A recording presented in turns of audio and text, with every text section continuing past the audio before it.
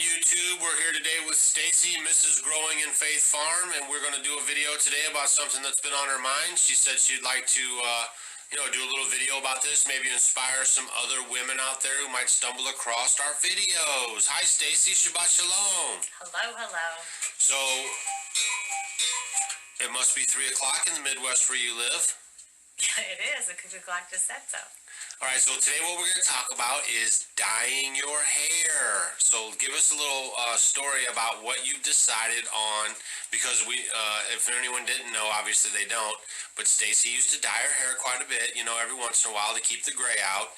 And today, this morning, is the reason why we're doing this video. Stacy made some profound statements, and we're going to get it on recording and hopefully inspire other women. So what have you decided about dyeing your hair? Well, I've been toying with this idea for a couple years. Toying with this idea that your husband said for years and years to not dye your hair. Is that right? That's true. But, right. It's hard, Right. It's your vanity. It's hard. It's something that really hard. So I always wear, a hat. And so you really don't pay attention to it too much. But I've been letting it grow and letting it grow and letting it grow. And I just decided that I'm going to embrace my gray hair, because I think, unfortunately, in this day and age, people just embrace you being youthful and young, and I'm not going to do it anymore. So I challenge some of you guys to do it, and just to use your age and love it and get the word out. So basically, growing older is not like a dirty word. I mean, it's just a natural age process that everybody goes through. That's right. And I was teaching a class this last week, and some of the ladies were talking about, what a pain it is, and they now, didn't have to are do these it. Seniors, or are these regular, young folk, or who are these people These you're are speaking people of? all 50 and over. 50 and over. Yeah. So basically seniors. I guess, well, yeah, I mean, it's not a bad thing. It's all just in. Who was the audience? That's yeah, they're 50 years and older. Right. And then I had one woman tell me, she says that the second that you start going gray, you become invisible. Invisible. It's crazy how the culture is, right? Everything in the culture is the exact opposite of what the scripture says. If you're stumbling across our videos for the first time, Stacy and myself, we live on a farm, we live off-grid, and we live according to the Bible. We believe that the Bible is relevant for us today, just as it was 2,000 plus years ago. Even more now. So, we're talking about vanity and coloring your hair, and we know in Scripture that it says that we're supposed to be in reverence and to look towards these type of people for guidance and understanding. Oh, yeah. I mean, it's really sad in how people are nowadays. I mean, there's no respect for the elderly at all. I mean, and you look at what every person, that's older, I mean, look what you could learn from them, and just how sad our culture has gotten. I mean, it is. It's really sad. So maybe we could start something and get these women, and men, because it's like I was reading 1 in 10 men color their hair too. So just embrace your gray.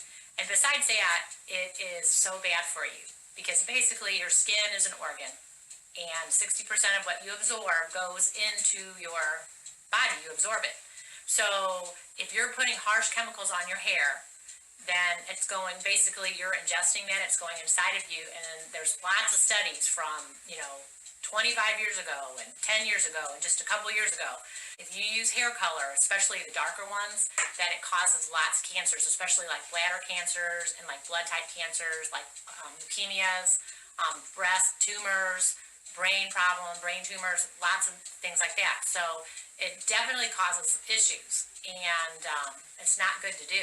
So you're saying even if you don't follow the scriptures, that you should just do it just from a health standpoint to stop coloring your hair. Oh, definitely. It's not good. And I was reading again, it was talking about even 9 times a year if you color your hair, that it makes the chances go way, way, way, way up there. 9 times a year. So, that would be once, maybe a month, almost, roughly, a little less. But I've heard it said that some people color their hair once a week or once every 2 weeks. 2-3 weeks. Well, if you're going gray, yeah, you have to do it at least once a month. Once a month. So that'd be 12 times a year. So you can definitely see, folks, how that would build up, problems with your body, ingesting that stuff through your skin, on your scalp. And it's not natural. Like, we try to live here as natural as we can. The stuff that you're putting on your skin, basically, you're eating it. So we weren't meant to be eating poisons and chemicals and things like that.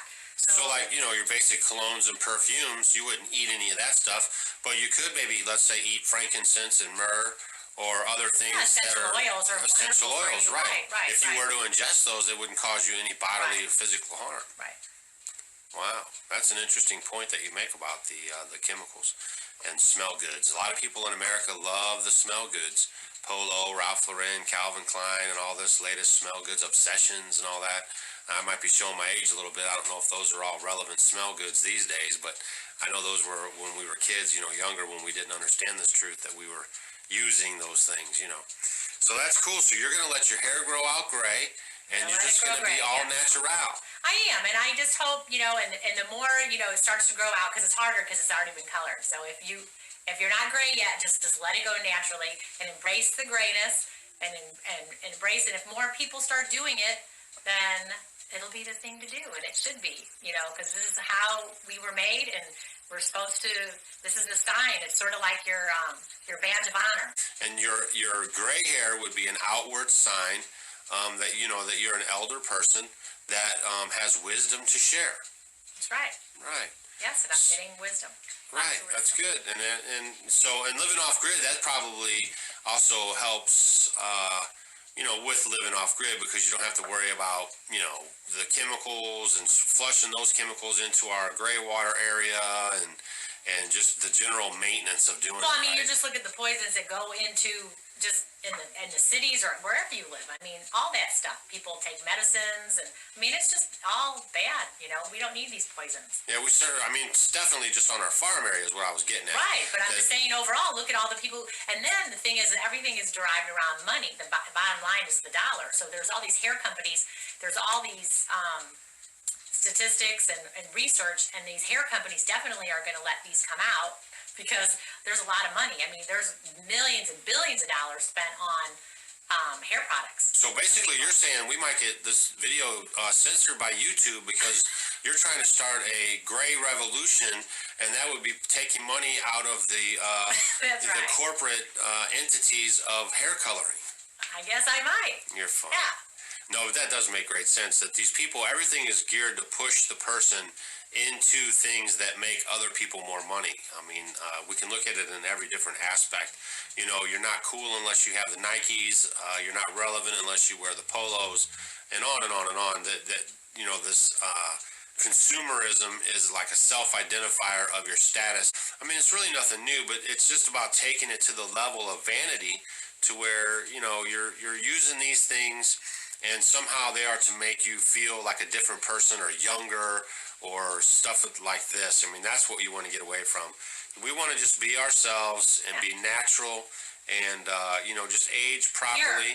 Pure. You do. Right. I mean, you want to be pure. You don't need all this to gunk you up inside. Right. You want to be pure, and especially if you're praying or anything, you want to be as pure as you can. Right. And I would say, like, too, in the spirit of Egypt, that all this stuff for altering your appearance comes from Egypt. In one regard, like shaving and eyebrows and eyelashes, and basically you're trying to alter the way that Yahweh has made you. If He made you to go gray, then you should just embrace going gray. Right. Right. And when you do this, I mean, you're just kind of starting it. But I think just by talking to you, because I'm your husband and I've known you for a while, that when I mentioned it earlier, in our marriage and stuff, about you just letting it go, that it was kind of like an issue for you. But I can sense even just today about you talking about it, and that you finally made up your mind, much more of a freedom. Oh, it is. That, yeah. I do feel it in when you speak in your spirit and stuff about you. You definitely are embracing it as a freedom, and I think that's neat. I think that's a true testament right there of already what it's already doing. So that's cool. So what other statistics or things could you talk about that would sway a person who doesn't necessarily follow the Bible or anything, but just from a health standpoint about, I know you kind of touched on cancers and that your skin's an organ and stuff, but is there anything you wanted to add to putting these harsh chemicals and then washing your hair with harsh chemicals, on your head? And I know, I have something. The chemicals that come from the hair dyes, they they react. It's sort of like a even like a bomb. You could think of when two chemicals come together. So if you have this hair dye, and then there's pollutants outside, like from the car fumes, or another big one is when if people are smoking, just pollutants in the air. Well, it reacts and causes, I forgot the name of the chemical, but it creates and makes this bad reaction, which makes it into a really bad poison. And so it's on your hair, because a lot of times after you get your hair done, you can still smell it, a few days later. And they say that that stuff can last with you, I mean, even years. And that's just maybe you just did your hair one time. So that's something that's not good. And then another thing that's really bad about hair dye is it's causing a lot of allergies and a lot of skin problems and rashes and things like that, because, that stuff's harsh. So it's just not good. So don't do it. Don't do it. And then go ahead and embrace your grayness. And we're gonna get a T-shirt. Growing in Faith Farm, embrace your grayness. That's right. So you're all ready. You're gonna embrace your grayness, and we're gonna see how this goes. I guess we're gonna have a follow-up video. By the way, Stacy's gonna be doing some tinctures and some other stuff on YouTube to help women out with fighting, like sprouting. I'm trying to do a lot of different things on making, tinctures and home remedies and just anything having to do with trying to live as holistically and clean as you can. And natural. And what are you working on right now, actually, that takes 2 times a day, every 12 hours? Not yet. I'm doing my sourdough culture for bread. Right. So, and you're causing me a little work on that one, aren't you? Yeah, if I'm not here, he has to do it. It's sort of like milking a cow. You have to do it twice a day. Twice a day. Yeah. But that'll be a benefit, won't it? I mean, you have to do a little labor to enjoy the fruits. That's right. And it's a fermented type food, too. So if you're going to have some bread, this would be the best kind of bread to have, because it is a type of fermentation. So when you say the fermentation, why are you putting an emphasis on that? Because you need that for good, healthy gut bacteria, but we'll have to save that for another video. Oh, like the kombuchas and like that. Yes. Right, I got you. Even Scripture talks about having a fermented drink, right? It does. It does, that it's good for you. Right. Right, but not to drink it in excess, to be a drunkard, but to have a fermented drink is good for the digestive system. Yep. It's right there in your Scripture, folks, and these, this was written even way before these so-called air quote scientists were out, talking about this stuff. So it's interesting to see how things line up from thousands of years ago, written down for our benefit. Yeah. All right, cool. That's how they stored their food back then, is by fermenting it, and that's probably the healthiest thing you could do. Right. Because of the good bacteria. They definitely didn't. But we'll talk about that more, because I have lots to talk to you guys about. Right, so stay tuned. Stacy is going to take over the Growing in Faith Farm channel, and she is going to keep you on the Cliffhanger Stay Tuned series for more healthy living and holistic ways to do things on the farm. That's awesome. In case you're just stumbling across us, we are believers who live off the grid. And there's many definitions for off the grid, but we have no public water, no public utilities, no electric, no solar, nothing to that effect. We use a wood cook stove, we use oil lanterns, and the only thing we're on grid with basically is our Android phones that we do our recordings with and talk on, and a little tiny bit of outside interference, like we have a little bank account and stuff like that, but we're slowly getting rid of all those things too. So we're just going to keep posting videos, and hopefully we're an inspiration to people. We want to thank you for watching. Say bye, Stacy. Bye.